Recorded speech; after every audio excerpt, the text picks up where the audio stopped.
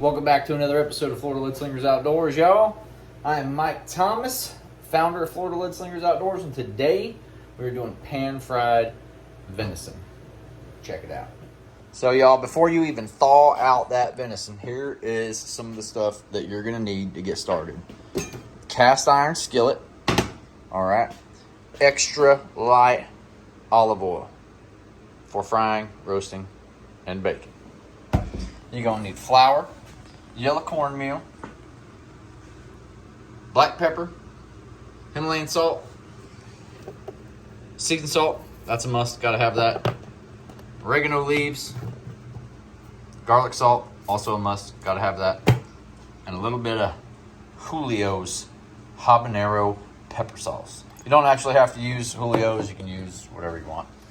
Once you've got all that stuff out on the counter and ready to go, the next thing you're gonna need to do is pull out your venison. I prefer to use cubed venison steak.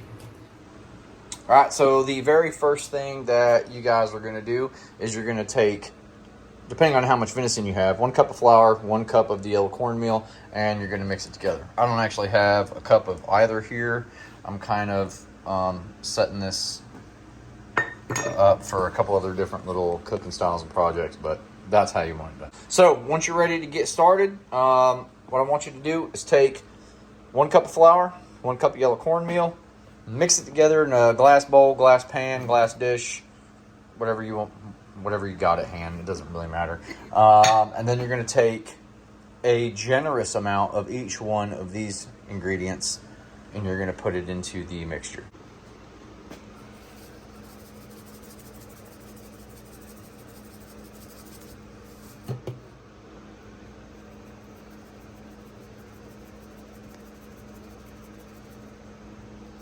Got that Lowry's. Just as much Lowry's as you can. What I usually do for the seasoning is I usually shake it over the batter for about 3 seconds, 4 seconds, give or take. Once you mix all this stuff in, it's going to kind of dilute them flavors. But once you cook the venison in that batter, it's going to really bring the flavors out. So just give it about 3 or 4 seconds, continuous shaking, and you'll have a pretty good consistency. You probably want to do about 5 to 6 good turns on your salt and pepper shaker. Just that way you get a good amount in there. I'm not going to show you guys how to do it. It's pretty easy. You turn it upside down, you twist it a couple of good times, 5 or 6 times, you get salt, and then you get pepper. And you just put it right there, right on top of that. Pretty simple. Next, you're going to take a fork, and you're going to mix it all up. Just mix it up real good. I'm actually going to toss the pan, or toss this plate to kind of mix it up. Get a nice, good consistency so that it's not really white, it's not really yellow. It's just kind of like a light tan, kind of.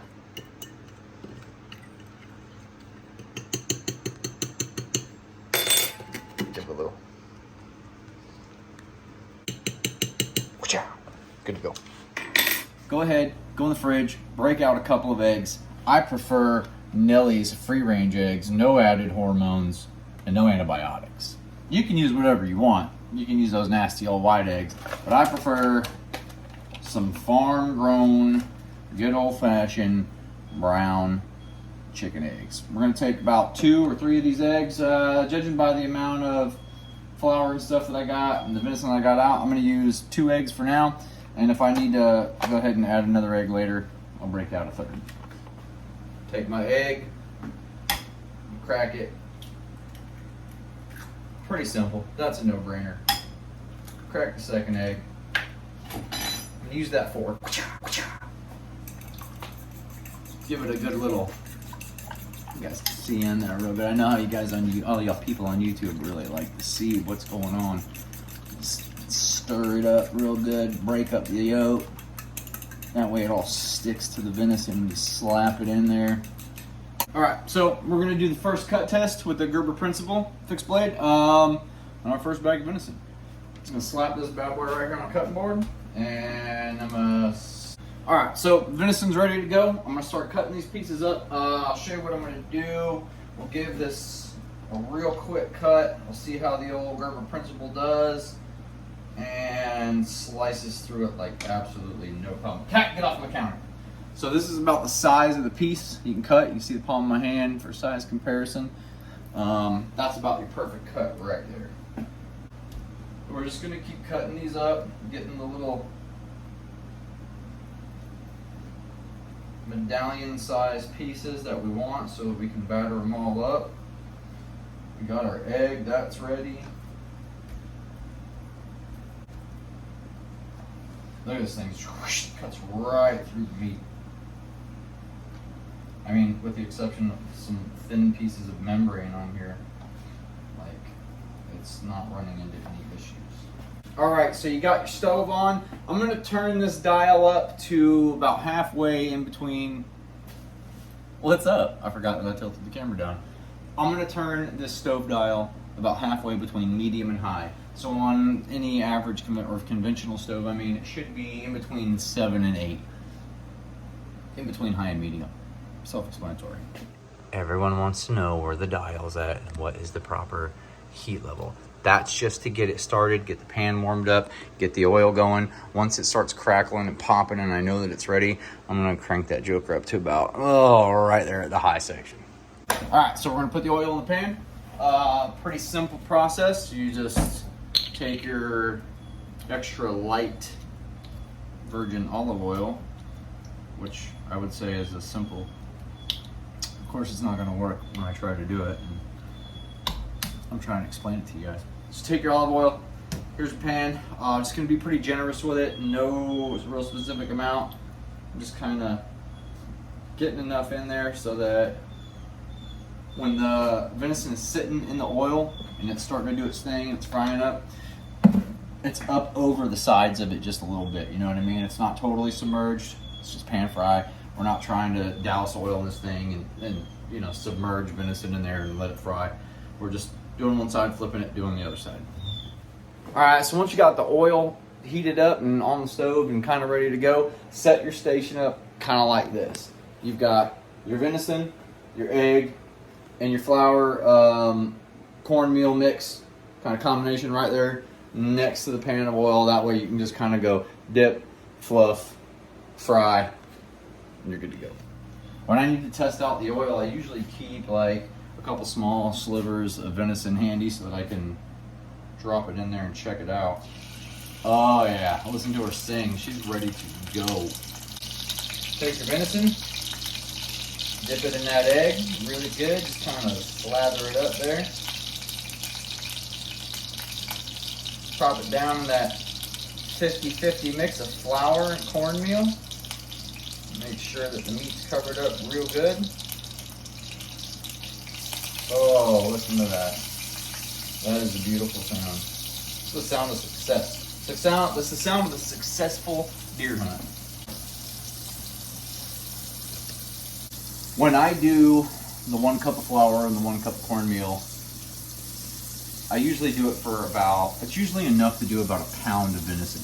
And the reason I do it that way is because the flour cooks really quickly and the cornmeal cooks a little slower, but cornmeal has more of a crunch to it. So you get kind of like a nice blend of like the best of both worlds. And to me, it makes the venison taste all the more better. So I want to show you something real quick. So you see how the blood is starting to pull on this piece, and then the blood is almost completely pulled out of the venison on this piece, and most of the batter looks like it's gone. So right about here at that point, that's about when I'll flip these pieces.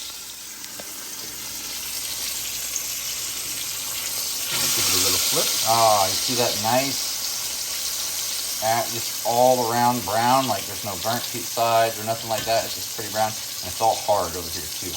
Really nice. This one's just about ready too. Let's give that one a little flip, see how it looks. Oh, that's money. That's money. This one's gonna be next, and that one will be last.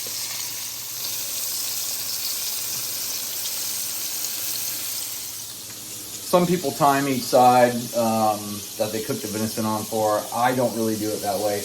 I just try to make sure that one side is nice and golden brown I'll flip it, do the other side, nice and golden brown. And then what you should end up with is a well-balanced, well-fried piece of venison meat that is medium rare on the inside, but cooked and has that crunch and that floury fried consistency, but with the crunch of the cornmeal. So that's why I do it this way, and it comes out amazing. Taste it.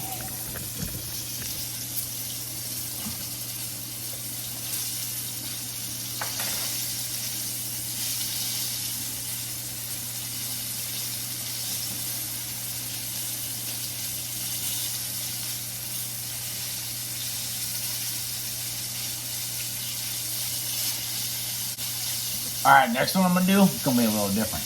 The next piece I'm gonna do, we're gonna slather it in some Julios. Gonna pour some of the Julios on there. It's all over the cutting board, so we can do a couple of pieces. Get it in that Julios real good. Dip it in that egg. Put it in that flour.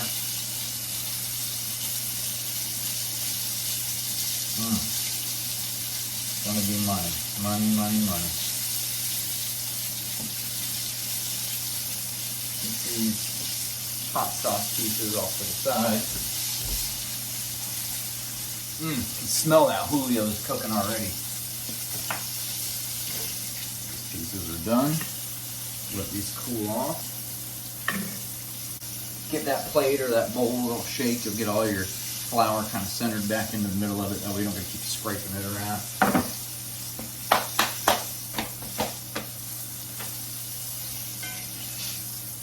All right, moment of truth. Time for a taste test. Still a little hot. Might actually burn my mouth, but we're gonna go for it anyways.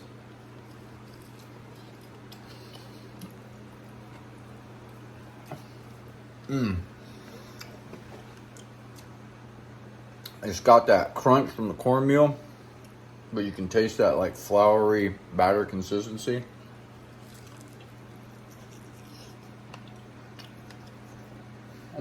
That's so good. And because you mix the two, the cornmeal and the flour, those seasonings, all that seasoning really tends to like stay in it a lot better. It doesn't ever taste like it cooks out. So,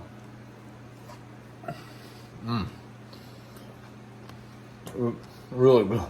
That's really good. This is my quick, fast, in a hurry recipe for snacking on some venison at home. I call it lickety split.